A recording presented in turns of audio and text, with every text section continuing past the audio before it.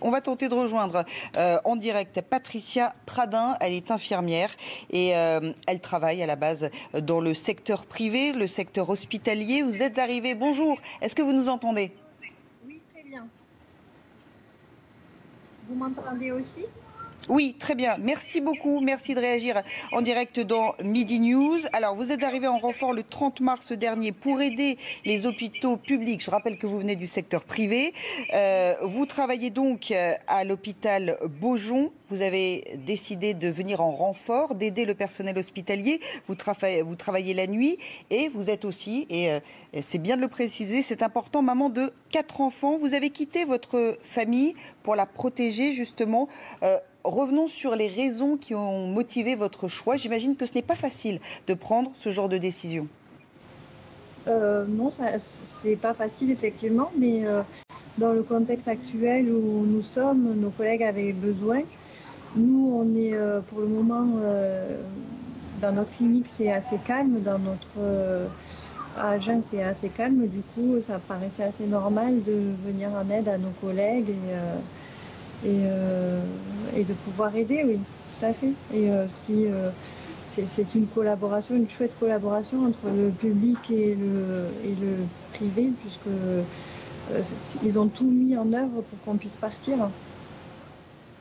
Alors, je rappelle que, puisque on vous voit, on voit donc 2 infirmières, si je ne me trompe, à l'antenne. Vous êtes donc Patricia Pradin, que voilà, vous venez de vous exprimer, et à vos côtés, c'est Marie Chanuc. Toutes les deux, donc, vous avez décidé de venir en renfort dans les hôpitaux publics, puisque vous travaillez toutes les deux dans le secteur privé. Comment vous organisez-vous justement? Quelles sont les difficultés au quotidien que vous rencontrez? Parce que je rappelle que c'est la nuit que vous avez décidé de travailler. Est-ce que tout d'abord vous avez l'impression à Beaujon, à l'hôpital donc qui se situe à Clichy en région parisienne dans les Hauts-de-Seine, que vous êtes suffisamment protégé pour faire face au Covid-19 quand vous accueillez ces malades?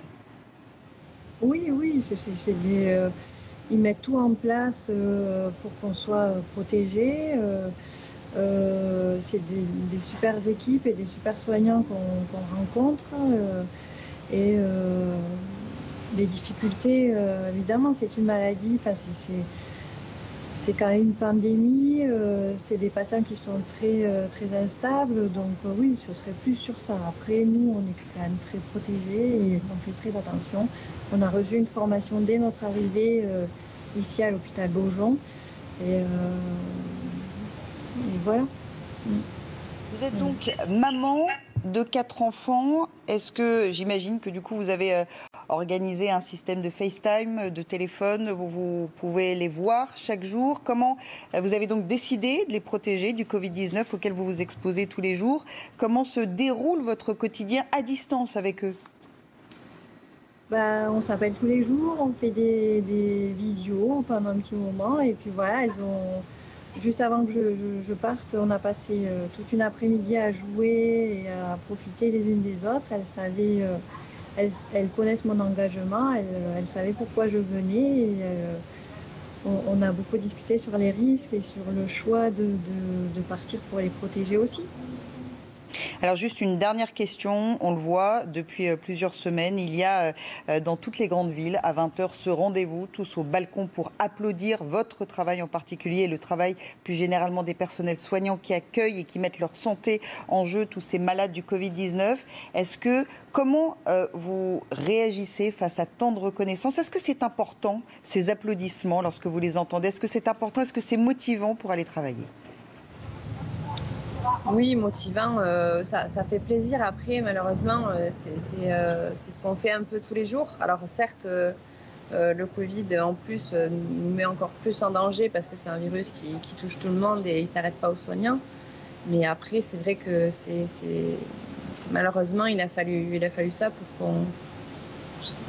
Enfin voilà, je veux dire, on le fait tous les jours, quoi. Donc ça fait plaisir, mais d'un autre côté, enfin, voilà, c'est pas pour autant qu'on se place en tant que héros, quoi. Oui, vous avez l'impression que finalement cette crise sanitaire, elle met en lumière un travail qui n'était pas toujours reconnu à sa juste valeur. Exactement. Après, ça fait plaisir, hein, c'est touchant, c'est